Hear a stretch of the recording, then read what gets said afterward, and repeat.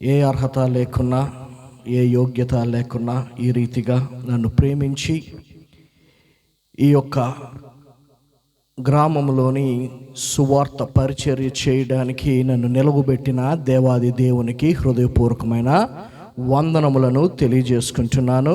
అదే రీతిగా వేదిక పైన కూర్చుని ఉన్న అభిషక్తులైన దైవ సేవకులందరికీ పేరు పేరున నా హృదయపూర్వకమైన వందనాలు తెలియజేసుకుంటున్నాను.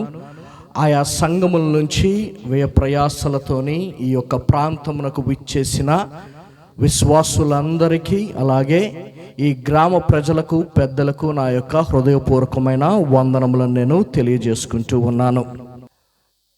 ప్రాముఖ్యమైన సమయము దేవుని యొక్క మాటలను వినే సమయము గనుక నేను ఈ మాటలు పలుకుటలేదు, కానీ దేవుడే మనతో మాట్లాడుతున్నాడు అన్న గ్రహింపుతో ఈ మాటలను మీరు విని, నేను పలికే ఈ మాటలలో సత్యమేదైనా ఉన్నదని కానీ మీరు ఎరిగినట్లయితే ఆ సత్యము వైపుకు మీ మనసు త్రిప్పాలని నేను ఆశపడుతూ ఉన్నాను. దేవునికి స్తోత్రం. ఎందుకు అంటే మనిషి మాట్లాడితే ఏమీ జరగదు, కానీ దేవుడు మాట్లాడితే కార్యములు జరుగుతాయి. దేవునికి స్తోత్రం కలుగునుగాక. ఆయన మాట సెలవీయగా సృష్టింపబడినది. దేవునికి స్తోత్రం కలుగునుగాక. ఆయన మాట సెలవీయగా సూర్యచంద్ర ఆకాశ నక్షత్రములను కలుగజేసిన వాడు ఆయన గనుక ఈ రోజు ఆ దేవుడు మాట్లాడుతుండగా మనము వినినట్లయితే మన జీవితంలో ఒక ఉన్నతమైన కార్యము చేయడానికి ఆయన సమర్థుడైన దేవుడు గనుక ఈ మాటలను మీ హృదయపూర్వకముగా మీరు తెలుసుకోవాలని నేను ఆశపడుతూ ఉన్నాను. దేవునికి స్తోత్రం కలుగును గాక.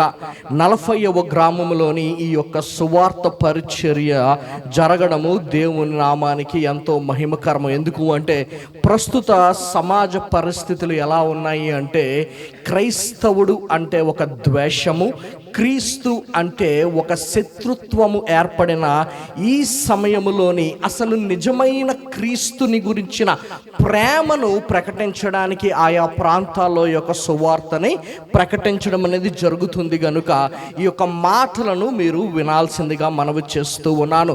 సువార్త అంటే మంచి వార్త, జీవితానికి మేలు చేసే వార్త, బ్రతుకుని బాగు చేసే మాట, జీవితానికి లాభము చేకూర్చే మాట ఇది. ఈ యొక్క సువార్త ఎంతమంది అయితే విని అంగీకరించారో ప్రతి ఒక్కరి జీవితంలోని ఈ సువార్త ఒక గొప్ప కార్యమునే చేసింది. దేవునికి స్తోత్రం.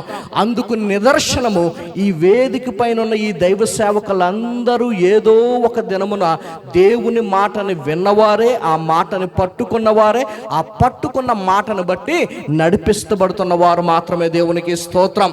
అందుకనే ఈ సువార్త ఎందుకు ప్రాముఖ్యము అంటే, మంచి మాట మంచి జీవితాన్ని ఇస్తుంది, మంచి మాట మంచి మనిషిగా మారుస్తుంది, మంచి మాట మంచి గమ్యానికి చేరుస్తుంది. దేవునికి స్తోత్రం కలుగునుగాక. మార్కు సువార్త 10వ అధ్యాయము 17వ వచనాన్ని మనం ధ్యానం చేసుకుందాం. మార్కు సువార్త 10వ అధ్యాయము 17వ వచనము నేను చదువుతాను. మీరందరూ శ్రద్ధగా మీ బైబిల్ని మీరు చూడాల్సిందిగా మనవి చేస్తూ ఉన్నాను. పరిశుద్ధ బైబిల్ గ్రంథం నుండి మార్కు సువార్త 10వ అధ్యాయము 17వ వచనము.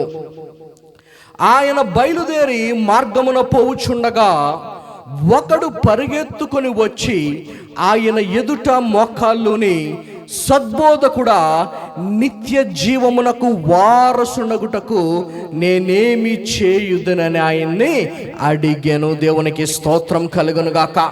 ప్రభు అయిన యేసుక్రీస్తు వారు ఈ భూమి మీద జన్మించి మరి ఆయా ప్రాంతాల్లోని సువార్త లేదు అంటే దేవుని యొక్క రాజ్య వార్తను ప్రకటిస్తున్న క్రమములోని ఆయన అనేకమైన ప్రాంతాలకు వెళ్ళారు. అనేకమైనటువంటి మనుషుల్ని ఆయన కలుసుకున్నారు.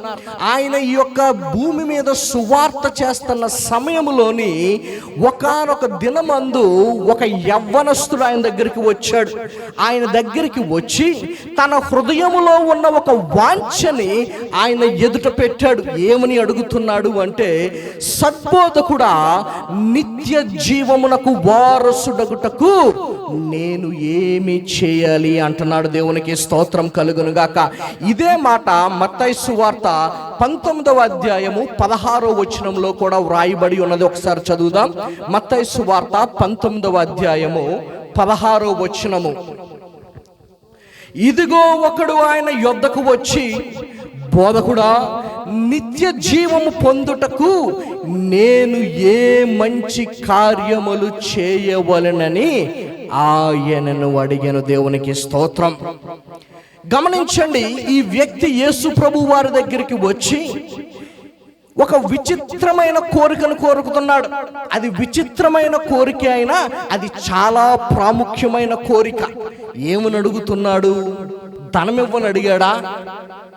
లేదు అంటే నాకు ఫలానాది కొదువుగా ఉన్నది, అది నువ్వు నాకు దయచేయని అడిగాడా అంటే అడగలేదు. కానీ ఒకే ఒక విషయాన్ని ఆయన ఎదుట అడుగుతున్నాడు. ఏంటి అంటే, దేవా, నిత్య జీవమునకు వారసునగడా అవ్వాలి అంటే నేను ఏమి చేయాలి అని అడుగుతున్నాడు.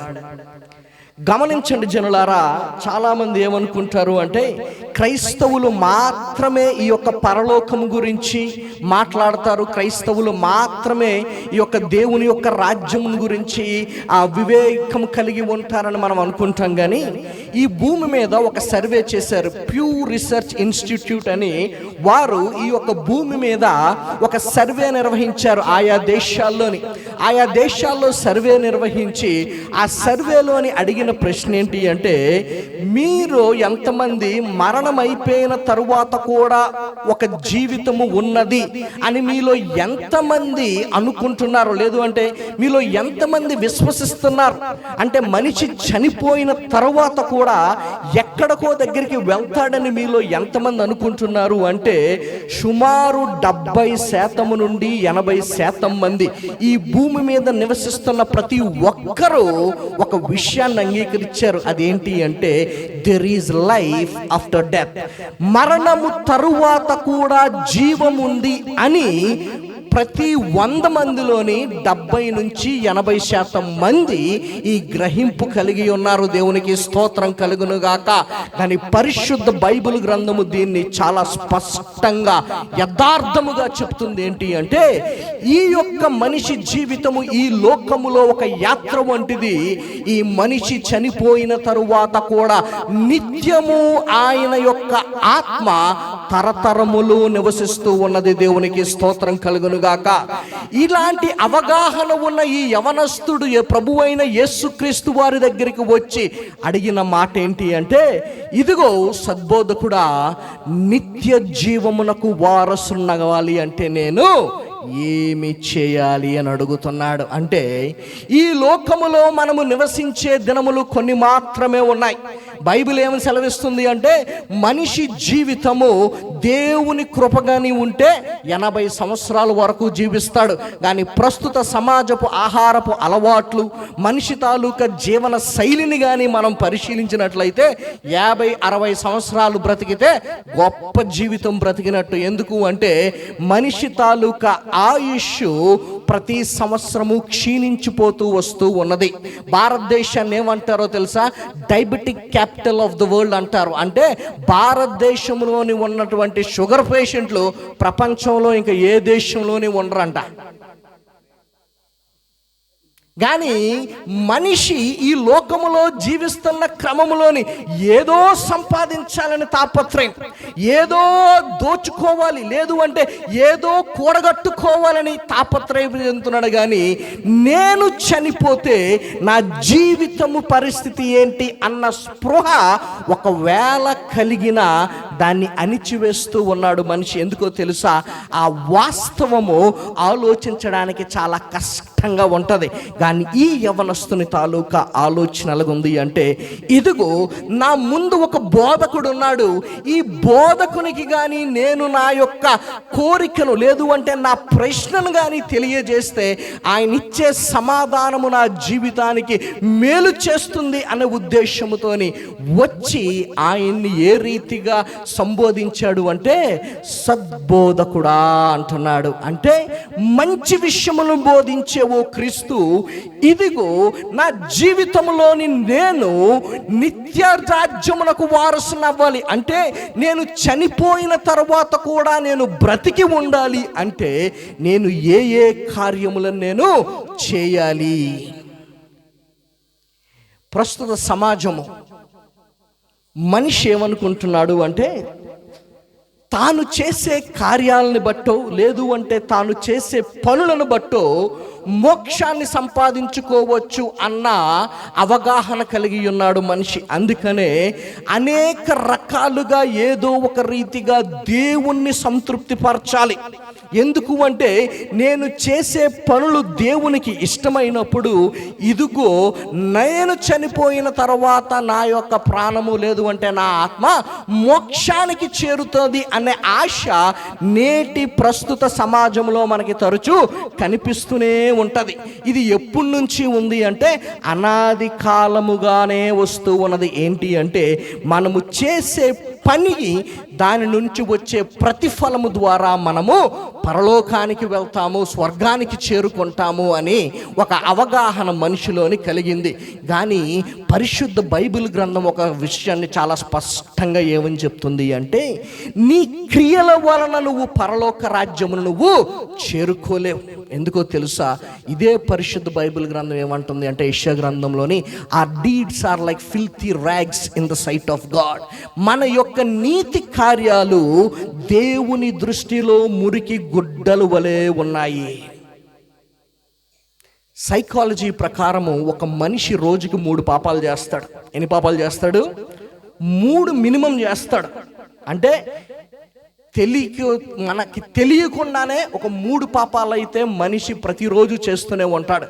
మొట్టమొదటి పాపము కనుల ద్వారా చేస్తాడు, రెండో పాపము నోటి ద్వారా చేస్తాడు, మూడో పాపము హృదయంలో పుట్టే ఆలోచన ద్వారా చేస్తాడు. ఇది వాస్తవం. బయటికి చెప్పకపోయినా మిమ్మల్ని మనము ఒకసారి కానీ పరిశీలనగా కానీ చూసుకున్నట్లయితే ఈ 3 పాపాలు చేయని రోజు అంటూ మన జీవితంలోని ఉండదు. కంటి ద్వారా, నోటి ద్వారా, హృదయ ఆలోచన ద్వారా మనిషి పాపం చేస్తాడు. రోజుకి మినిమం 3 పాపాలు అనుకోండి. నెలకి ఎన్ని పాపాలు అయినట్టు? 90 పాపాలు అయినట్టు. సంవత్సరానికి దగ్గర 1080. అదే 30 సంవత్సరాలు కానీ బ్రతికితే 30,000, 60 సంవత్సరాలు కానీ బ్రతికితే 60,000 పాపాలు. ఇది నేను మినిమం చెప్తున్నాను. 60,000 మంచి కార్యాలు ఎప్పుడన్నా చేయగలమా? మన జీవితం కాలంలోని మొత్తంలోనే చేయలేం. కానీ ఇక్కడ వచ్చిన యవనస్తుడు యేసు ప్రభు వారిని ఏమడుగుతున్నాడు అంటే దేవా నేను ఏ పనులు చేస్తే పరలోక రాజ్యము చేరుకుంటాను అన్న వెంటనే తర్వాత వచనాల్లోని యేసు ప్రభు వారు అతనికి ఆ సమాధానం చెప్తున్నాడు. 19వ వచనం చదువుదాం. మార్కు సువార్త 10వ అధ్యాయము 19వ వచనము. నరహత్య చేయవద్దు, వ్యభిచరింపవద్దు, దొంగలివద్దు, అబద్ధ సాక్ష్యము పలుకవద్దు, మోసపుచ్చవద్దు, నీ తల్లిదండ్రులను సన్మానింపుము అనే ఆజ్ఞలు నీకు తెలియను కదా అని అతనితో చెప్పాను. అతనికి ప్రతిస్పందిస్తూ అతని కోరికకు సమాధానంగా ఏమని చెప్తున్నాడు అంటే ఇదిగో నువ్వు ఈ లోకంలో జీవిస్తున్నావు కనుక నువ్వు అబద్ధం చెప్పొద్దు, మోసం చేయొద్దు, నీ తల్లిదండ్రులను సన్మానించు, వ్యభిచారము చేయొద్దు, ఏ వ్యక్తిని నువ్వు నిందించొద్దు, దూషించొద్దు అన్న సంగతులు నీకు తెలిసే ఉన్నవి కదా అంటే ఈ యవనస్తుడు చెప్తున్న మాట ఏంటి అంటే ఇదిగో ప్రభు అయిన యేసుక్రీస్తు వారు నేను నా చిన్నతనము నుండే, నా బాల్యము నుండే ఇవన్నీ నేను అనుసరిస్తున్నాను. ఎప్పటి నుంచి చేస్తున్నాను నేను ఇవన్నీ? నా బాల్యము నుండి ఇవన్నీ నేను చేస్తూనే ఉన్నాను. కానీ అడిగిన ప్రశ్న ఏంటి? నిత్య జీవమునకు వారసుడొకటకు నేనేమి చేయాలి అంటే ఈ వ్యక్తికి తెలుసు ఈ కార్యాలు ఎన్ని చేసినా ఎక్కడో ఒక సందేహము ఆయన మదిలో ఉన్నది.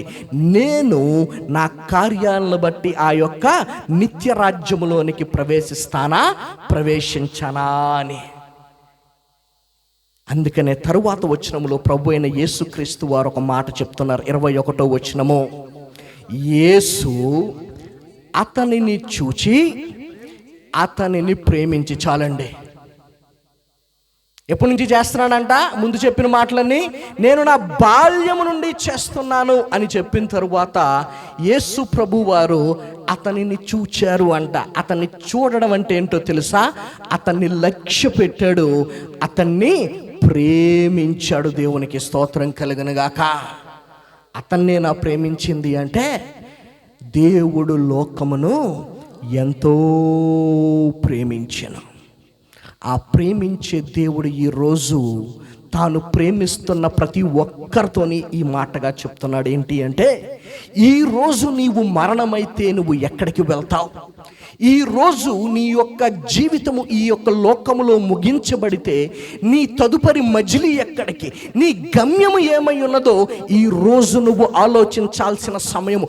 ఎందుకు అంటే ఆయన మనల్ని ప్రేమించి ఆయుష్నిచ్చి మరి ఒకసారి మన యొక్క జీవితములో మనము ఏ నిర్ణయము తీసుకోబోతున్నామో దానికి అనుగుణముగా ఈరోజు ఈ దినాన్ని ఆయన ఏర్పాటు చేశాడు. దేవునికి స్తోత్రం కలుగునుగాక.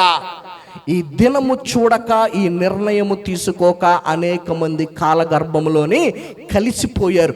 కానీ ఆయన మనల్ని ప్రేమించి ఇంకొక అవకాశాన్ని ఇస్తూ చెప్తున్న మాట ఏంటి అంటే, ఇదిగో నేను నిన్ను ప్రేమించే దేవుణ్ణి గనుక నా మాట నువ్వు శ్రద్ధగా విను అని చెప్తూ తర్వాత అంటున్న మాట ఏంటి అంటే, యేసు అతన్ని చూచి అతన్ని ప్రేమించి నీకు ఒక్కటి కొదువుగా ఉన్నది. ఇదిగో నేను ముందు చెప్పిన కార్యాలన్నీ నువ్వు తప్పకుండా నీ బాల్యం నుండే చేస్తున్నావు కదా.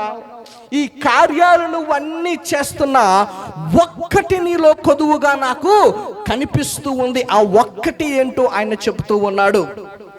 నీవు వెళ్ళి నీకు కలిగినవన్నీ అమ్మి బీదలకిమ్ము, పరలోకమందు నీకు ధనము కలుగును, నీవు వచ్చి నన్ను వెంబడించమని చెప్పిన. దేవునికి స్తోత్రం కలుగునుగాక. కోరిక ఏమై ఉన్నది యవనస్తున్నది? నిత్య రాజ్యమునకు వారసునవ్వాలి అంటే, దేవా నేను ఏమి చేయాలి అని అడిగినప్పుడు అతన్ని ప్రేమించిన దేవుడు చెప్తున్న మాట ఏంటి అంటే, ఇదిగో నీ ఆస్తంతటిని నీవు అమ్మేసి బీదలకి ఇచ్చేసేయి, నీవు వచ్చి నన్ను వెంబడించు. దేవునికి స్తోత్రం కలుగునుగాక. ఈరోజు ప్రభు అయిన యేసుక్రీస్తు వారు చెప్తున్న మాట ఏంటి అంటే, మీ క్రియలు ఏమైనా అవి మిమ్మల్ని పరలోక రాజ్యము వైపు చేర్చలేవు. నీవు ఎన్ని మంచి కార్యక్రమాలు చేసినా, నీవు ఎన్ని దాన ధర్మాలు చేసినా, నీవు ఎన్ని యాత్రలు చేసినా, నీవు ఎన్ని దేవుణ్ణి సంతోషపెట్టే కార్యాలని నువ్వు అనుకున్నవి చేసినా, ఆ కార్యాలు ఏవి నిన్ను పరమునకు చేర్చవు. ఒకే ఒక్కటి ఈ దినము నిన్ను ఆ యొక్క నిత్య రాజ్యమునకు వారసునిగా చేయగలదు. అదేంటో తెలుసా?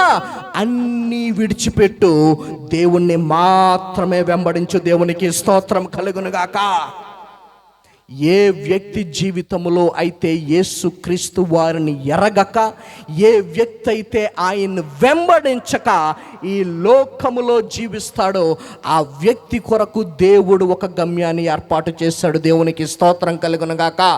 ఈ యవనస్తుడు వచ్చి అడుగుతున్న మాట ఏంటి అంటే, దేవా నిత్య రాజ్యమునకు వారసునవ్వాలంటే నేను ఏమి చేయాలి అని అడిగాడు. ఈరోజు అదే దేవుడు చెప్తున్న మాట ఏంటి అంటే, నిత్య రాజ్యం అనేది ఒకటి ఉన్నది, నిత్య నరకం అనేది కూడా ఒకటి ఉన్నది. ఈరోజు ఈ భూమి మీద దేవుడు నీకు ఇచ్చిన ఆయుష్కాలములో నీవు తీసుకునే తీర్మానము కానీ ఆయన యొక్క మాటకు వ్యతిరేకముగా ఉంది అంటే, నువ్వు ప్రత్యేకముగా నరకాన్ని కోరుకోవలసిన అవసరం లేదు. నువ్వు ఏ రోజైతే నిత్య రాజ్యమును తిరస్కరించావో ఆ రోజే నీవు నిత్య నరకానికి వారసుడు వగిలిపోయినట్టు అని దేవుడు చెప్తూ ఉన్నాడు. ఏమని చెప్తున్నాడు అంటే, ఇదిగో నీవన్నీ విడిచిపెట్టి నన్ను వెంబడించు. ఎందుకు దేవా నిన్ను వెంబడించాలి? నిత్యరాజ్యం నీలోనే ఉందని మాకు ఉన్న గ్యారంటీ ఏంటి అంటే, ఇదే పరిశుద్ధ బైబిల్ గ్రంథంలో ఒక మాటను చదువుకుందాం. యోహాను సువార్త 17వ అధ్యాయము 3వ వచనము. యోహాను సువార్త 17వ అధ్యాయము 3వ వచనాన్ని, అద్వితీయ సత్యదేవుడు అయిన నిన్నును నీవు పంపిన యేసుక్రీస్తును ఎరుగుటయే నిత్య జీవము. దేవునికి స్తోత్రం కలుగునుగాక. ఇదే విషయాన్ని యేసు ప్రభు వారు ఎవరితో చెప్పారు? ఆ కోరిక కలిగిన యవనస్తుడితో చెప్పాడు. ఏమని అంటే, నీ ఆస్తిని అమ్మివేసి బీదలకిచ్చి నీవు నన్ను వెంబడించు అంటున్నాడు. అంటే నీవు నన్ను తెలుసుకోవడానికి ఆతృతపడు. ఈ లోకములో ఇన్ని సంవత్సరాలు నీకు నచ్చినట్లు నువ్వు జీవించావు, నువ్వు ఆస్తిని సంపాదించుకున్నావు, ప్రతిదీ నీకు అనుకూలముగా నువ్వు చేసుకున్నావు. ఈ లోకములో నీకు సౌకర్యవంతమైన జీవితాన్ని నువ్వు ఏర్పాటు చేసుకున్నావు. కానీ నీ కోరిక ఏమై ఉన్నది? ఈ లోకము గురించి నీ ఆశ లేదు. దేని గురించి నీ ఆశ ఉంది? పరలోకముకు చేరుకోవాలని ఆశ ఉంది కదా. ఆ ఆశ తీర్చబడాలి అంటే ఈ లోకాశలు చచ్చిపోవాలి. దేవునికి స్తోత్రం కలుగును గాక. కానీ మనిషి నేటి సమాజంలో ఎలా బ్రతుకుతున్నాడు అంటే, ఇదే లోకము, ఇదే సర్వస్వము, ఇదే జీవితం అని బ్రతుకుతున్నాడు. కానీ ఈ జీవితము తరువాత కూడా బ్రతికున్న ఆత్మ సంగతి మాత్రము యోచన చేయట్లేదు. మీరు పొద్దున లెగిసినప్పటి నుంచి సాయంత్రం దాకా ఏ వార్త చూసినా మీకు ఏం కనిపిస్తుంది అంటే, మనిషి తనను తాను ఏ రీతిగా సంతృప్తి చేసుకోవాలి, ఏ రీతిగా తన జీవితాన్ని ఉన్నతముగా మార్చుకోవాలి, ఏ రీతిగా తన యొక్క పేరుని తాను పెంచుకోవాలి, తన పరపతిని పెంచుకోవాలి, తన కుటుంబాన్ని బాగు చేసుకోవాలి, తరతరాల వారికి ఆస్తుల్ని ఎలా కూడబెట్టాలనే ఆలోచన. దానికోసమే మోసం చేస్తున్నాడు మనిషి, దానికోసమే గడ్డి తింటున్నాడు మనిషి, దానికోసమే అక్రమము చేస్తున్నాడు మనిషి. కానీ మనిషి ఆలోచించాల్సింది ఏంటి అంటే, ఈ భూమి మీద మనము కొన్ని దినములు మాత్రమే బ్రతికి ఉంటాము. మనము నిత్యము నివాసము చేసే స్థానం ఒకటి ఉన్నది. ఈ యొక్క స్థానము సుఖవంతముగా ఉండాలి, శ్రేష్టమైన స్థానముగా ఉండాలి అంటే దానికి మార్గముగా యేసు ప్రభు వారి లోకానికి వచ్చారు. దేవునికి స్తోత్రం కలుగునుగాక. ఆయన చెప్తున్న మాట, ఇదిగో యవనస్తుడా, నీ ఆశ, నీ కోరిక చాలా ఉన్నతముగా ఉంది కనుక నేను నిన్ను ప్రేమిస్తున్నాను కనుక ఈ మాట చెప్తున్నాను. నీవు అన్నిటినీ విడిచిపెట్టి నన్ను వెంబడించు అని చెప్పిన తర్వాత ఆ యవనస్తుడు ప్రతిస్పందన ఏ రీతిగా ఉందో చదువుదాం ఒకసారి. అతడు మిగులు ఆస్తి గలవాడు గనుక ఆ మాటకు ముఖము చిన్నబుచ్చుకొని దుఃఖపడుచు వెళ్ళిపోయెను. దేవునికి స్తోత్రం కలుగనుగాక. పరిశుద్ధ బైబిల్ గ్రంథం కానీ మీరు చదివినట్లయితే అనేక సందర్భాల్లో అనేక మంది ప్రభు అయిన యేసుక్రీస్తు వారి దగ్గరికి వచ్చారు. కొంతమంది అపవిత్రాత్మలు పట్టిన వారు వచ్చారు, కొంతమంది వ్యాధిగ్రస్తులు వచ్చారు, కొంతమంది బలహీనస్తులు దేవుని దగ్గరికి వచ్చారు.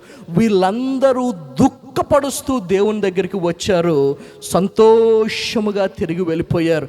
కానీ ఈ యొక్క బైబిల్ గ్రంథంలో ఒకే ఒక్క వ్యక్తి కనిపిస్తాడు, సంతోషముగా దేవుని దగ్గరికి వస్తాడు, తిరిగి వెళ్ళగలుగుతున్నాడు, దుఃఖముతో ముఖము చిన్నబుచ్చుకొని అని ఉంది. ఇంగ్లీష్ ట్రాన్స్లేషన్లో చాలా చక్కని మాట వాడబడింది, the young rich ruler was grieved అని ఉంటుంది. అంటే ఏంటో తెలుసా? దుఃఖపడుతూ. అంటే గ్రీవ్డ్ అనే మాటకి అర్థం ఏంటి అంటే, అది ఒక రోజులోనో 2 రోజుల్లోనో తగ్గిపోయే దుఃఖం కాదు. గ్రీవింగ్ మదర్ అంటారు. అంటే ఏదన్నా తల్లి తన యొక్క బిడ్డను కానీ కోల్పోయిందనుకోండి, చనిపోయిందనుకోండి, ఆ దుఃఖం ఎన్నాళ్ళు ఉంటుంది? ఆమె బ్రతికున్నంత కాలము ఉంటుంది. ఈ యవనస్తుని దుఃఖం ఎలాగుందో తెలుసా? ఆశతో వచ్చాడు కానీ దేవుని యొక్క మాటను వినే స్థితిలోని లేడు గనుక దుఃఖపడుతూ ఆయన దగ్గర నుంచి తిరిగి వెళ్ళిపోయాడు. కానీ ఈరోజు దేవుడు మనల్ని ప్రేమించి ఇంకొక అవకాశాన్ని మనందరికీ ఇస్తున్నాడు. ఈ లోకములో సంతోషం వెతుక్కుంటావా? రాబోయే దినములన్నీ దుఃఖంగానే గడపాల్సి వస్తుంది. ఈ లోకముతోనే నీ యొక్క సంబంధాలు కానీ నువ్వు కానీ ఉంచుకోవాలనుకుంటావా? రాబోయే దినాల్లో నీ యొక్క జీవితం అంతా భారభరితంగానే ఉంటుంది. కానీ ఏ రోజైతే ఈ లోకము కొద్ది రోజులు మాత్రమే ఉంటుంది, కానీ నిత్య జీవమునిచ్చే నిత్యుడగు యేసు ప్రభువు వారు నిత్యము నివసించే ఆ నిత్య రాజ్యములోనికి నేను చేరుకుంటాను, ఆయనతో యుగయుగములు నేను గడుపుతాను అనే ఆశ నీకుందా? వీటినన్నిటినీ విడిచిపెడతావు, దేవుణ్ణి వెంబడించడానికి నువ్వు ఇష్టపడతావు. దేవునికి స్తోత్రం కలుగును గాక. దేవా, ఈరోజు నా ఆశ ఏమై ఉన్నది? ఈ లోకము వరకే నేను ఆలోచిస్తున్నానా, లేదు అంటే బియాండ్ ఈ లోకమునకు దాటి నేను ఆలోచించగలుగుతున్నానా? ఈ భూమి మీద ఉన్న బ్రతుకు దినముల కొరకే నేను లక్ష్యం ఉంచుచున్నానా? నేను మరణమైపోయిన తరువాత కూడా నా ఆత్మకు నువ్వు ఒక గమ్యాన్ని ఏర్పాటు చేసిన వాడవు. ఆ గమ్యములోనికి నేను చేరుకుంటానా లేదా అనేదే ప్రశ్న. అందుకని ఆయన చెప్తున్న మాట ఏంటి అంటే, నేనే మార్గము. మార్గం ఎక్కడైతే ఉంటుందో అక్కడ గమ్యం ఉంటుంది. దేవునికి స్తోత్రం కలుగును గాక. గమ్యం లేని మార్గం ఎక్కడన్నా చూసారా? ఏ ఊరు వెళ్ళని రోడ్డు ఎక్కడన్నా మీరు ఎవరన్నా చూసారండి? జీవితంలోనే రోడ్డు ఉంది అంటే ఏముంటుంది? పలానా ప్రాంతం అనేది అక్కడ ఉంది. ఈరోజు నిత్య రాజ్యం అనే ఒక గమ్యం ఉన్నది.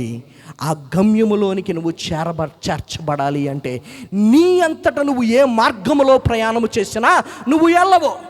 కానీ మనిషి ఏమనుకుంటున్నాడంటే, అన్ని దారులు ఒకటేనండి, ఏ దారిలో వెళ్ళినా గమ్యము ఒకటే అండి అంటున్నాడు.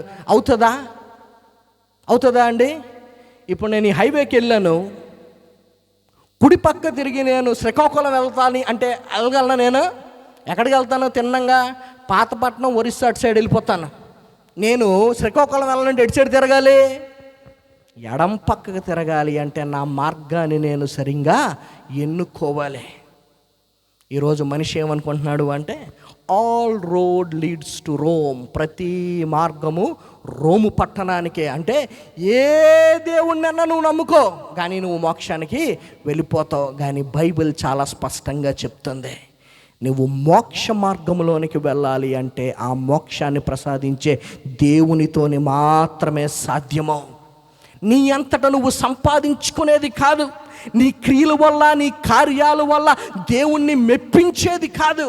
ఇక్కడ చూడండి, ఈ యవనస్తుడు చాలా చక్కని మాట అడుగుతున్నాడు.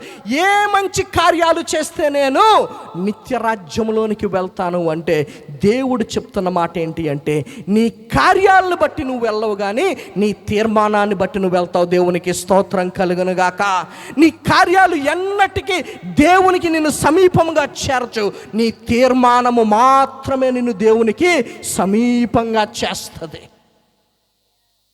నా తండ్రి కొద్ది క్షణముల ముందు సాక్ష్యం చెప్తూ తన జీవితంలో తను తీసుకున్న తీర్మానాలను బట్టి ఈరోజు దేవుడు నన్ను ఇక్కడ నిలిపాడు అనే సాక్ష్యం చెప్పారు.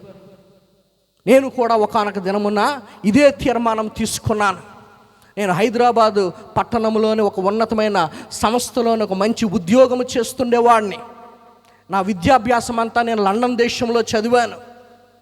నా భార్య, నేను ఒక ఉన్నతమైన కార్పొరేట్ సంస్థల్లోని ఒక చక్కని ఉద్యోగాలు మావి. నెల అయ్యింది అంటే మా బ్యాంక్ అకౌంట్లు పుష్కలంగా ఉండేవి. ఇంత ధనము ఏమి చేసుకోవాలో తెలియని స్థితిలో ఉండేవాళ్ళం మేము. ఎవరి దగ్గర డబ్బులు తక్కువైతే ఏడుస్తారు, మేము డబ్బులు ఎక్కువైపోయాయి ఏంటి అని ఆలోచించే రోజులు అవి. చక్కని ఉద్యోగము, మంచి జీవితము, విలాసవంతమైన స్థితి.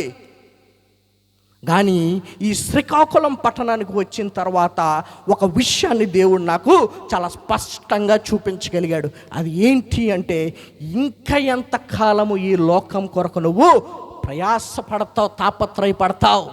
ఇన్ని సంవత్సరాలు చక్కని ఆరోగ్యం ఇచ్చాను, చక్కని జీవితాన్ని ఇచ్చాను, అనుభవించాల్సిందంతా నువ్వు అనుభవించావు, ఇంకెన్నాళ్ళు అన్న ప్రశ్న నా హృదయంలో వచ్చినప్పుడు ఎవరితోనూ నేను చెప్పలేదు. నా భార్య దగ్గరికి వెళ్ళిన మాట అన్నాను, నన్ను ఎందుకో దేవుడు ఉద్యోగం మానేసి సేవలోనికి రమ్మంటున్నాడు. నా భార్య ఒకటే అంది, దేవుడు ఎలా నడిపిస్తే నువ్వు అలా నడువు. 2021 సంవత్సరం మార్చి 31వ తేదీన నా యొక్క ఉద్యోగానికి నేను రాజీనామా చేశాను. మా మేనేజర్కి ఇన్ఫామ్ చేయాల్సి వస్తుంది. ఇంకో నెల రోజుల్లో నేను ఉద్యోగం మానేస్తున్నాను, ఒక నెల రోజుల ముందే చెప్పాలి. తను నానా రకాలుగా ప్రయత్నం చేశాడు. విజయ్, నీకు చక్కని భవిష్యత్తు ఉంది, నీకు తొందరలో ప్రమోషన్ ఉంది, ఇదిగో ఒక 2 సంవత్సరాలు ఆగితే నీ జీతము నెలకి 4 లక్షల రూపాయలు అవుతుంది. ఇలాంటి ఉద్యోగం కొరకు ఎంతోమంది ఎదురు చూస్తూ ఉన్నారు. కానీ ఎందుకో దేవుడు నన్ను ప్రేరేపించాడు. వాళ్ళతో చెప్పిన మాట ఏంటంటే, ఇంతవరకు చాలా సంతోషంగా ఉద్యోగం చేశానండి, ఇక నుండి ఆ ఉద్యోగం చేయాలంటే నాకు మనస్సు రావట్లేదు. నేను ఒక తీర్మానము తీసుకున్నాను. ఆ తీర్మానం ఏంటి అంటే, ఇదిగో దేవుని యొక్క రాజ్య సువార్త ప్రకటించబడాలి. దేవునికి స్తోత్రం కలుగునుగాక. నిత్య జీవం అనేది ఒకటి ఉంది. నీ ఆత్మ మరణమైపోయిన తర్వాత నరకములోనికి వెళ్తాదా, దేవునితో యుగ యుగాలు నివసిస్తాదా అన్న తీర్మానము నువ్వు ఈ భూమి మీద ఉన్నప్పుడు మాత్రమే తీసుకోవడానికి దేవుడు అవకాశం ఇచ్చాడు. అందుకనే ధనవంతుడైన వాడు చనిపోయి నరకములోనికి వెళ్ళిపోయి అక్కడ ప్రాధాయపడుతున్నాడు. దేవా, ఒక్కసారి ఒక అవకాశం ఇస్తే నేను వెళ్ళి ఇదిగో నా కుటుంబస్తులకి ఈ విషయాన్ని నేను చెప్తాను అంటే దేవుడు చెప్తున్న మాట అంటే అది కుదరదు. తీర్మానము ఎప్పుడు తీసుకోవాలో అప్పుడు తీసుకుంటేనే ఆ తీర్మానానికి విలువ ఉంటుంది. ఈరోజు ఆ యవనస్తుడికి ఆ దినమున దేవుడు చెప్పాడు, ప్రియ యవనస్తుడా, ఇదిగో నీ కోరిక ఉన్నతముగా ఉన్నది, కానీ నీవు ఆ కోరికను నీ జీవితంలో సిద్ధింప చేసుకోవాలి అంటే నీ క్రియలను బట్టి కాదు, నీ తీర్మానమును బట్టి నువ్వు ముందుకు వెళ్ళాలి. ఈరోజు నువ్వు ఆ తీర్మానము తీసుకోగలవా అని ప్రభు అయిన యేసుక్రీస్తు వారు అడిగిన వెంటనే ఆ తీర్మానము తీసుకోలేక, ఆ కఠినమైన తీర్మానమును ఆయన తీసుకోలేక వెనక్కి మళ్ళీపోయాడు. దుఃఖపడుతూ దేవుని సముఖంలో నుంచి వెళ్ళిపోయాడు. ఆ యవనస్తుని తాలూకా గమ్యం ఏమై ఉంటుందో మీరు ఒకసారి ఆలోచించండి. నిత్య జీవము పొందాలని ఆశపడిన వాడు నిత్య నరకానికి వెళ్ళిపోయాడు. ఈరోజు దేవుడు మనల్ని ప్రేమిస్తూ చెప్తున్న మాట ఏంటి అంటే, అటువంటి తీర్మానము మీరు తీసుకొనవద్దు, కానీ మీ హృదయముతో ఆలోచించి మనసుతో వివేచించి ఈ మాటల్లో సత్యం ఉందన్నట్లయితే, ఈరోజు ఎవరైతే ఇంకా ఆ తీర్మానము తీసుకోలేదో ఆ తీర్మానము తీసుకునే సమయం ఏంటి అంటే, ఇదిగో నేను చనిపోయిన తరువాత ఈ శరీరము మట్టిలోనికి వెళ్ళిపోతుంది, కానీ జీవాత్మ ఊది ఈ లోకములోనికి నన్ను పంపించిన దేవుని ఆత్మ అనేది ఒకటి ఉన్నది. ఆ ఆత్మ తిరిగి దేవుని దగ్గరికి వెళ్ళాలి అంటే ఆ ఆత్మ దేవుణ్ణి ఎరిగిన ఆత్మ అయి ఉండాలి. దేవునికి స్తోత్రం కలుగునుగాక. ఏమంటున్నాడు? సత్యదేవుడు అయిన నిన్నును నీవు పంపిన క్రీస్తును ఎరుగుటయే నిత్య జీవము. ఏంటండి యేసు ప్రభువు గురించి నేను తెలుసుకోవలసింది, నేను ఎరగాల్సిన విషయాలు ఏంటి అంటే 4 ప్రాముఖ్యమైన విషయాలు ఈరోజు మనందరము దేవుని గురించి తెలుసుకోవాలి. మొట్టమొదటిది ఏంటి అంటే, ఆయన పాపరహితునిగా కన్య గర్భము నుండి ఈ లోకములోనికి ఉద్భవించిన రక్షకుడైన దేవుడు. దేవునికి స్తోత్రం కలుగునుగాక. రెండో విషయం ఏమిటి అంటే, మనందరి పాపములను పరిహరించడానికి తన పరిశుద్ధ రక్తమును మన కొరకు చిందించి సిలువపై తన ప్రాణమును త్యాగము చేసిన అద్వితీయ దేవుడు.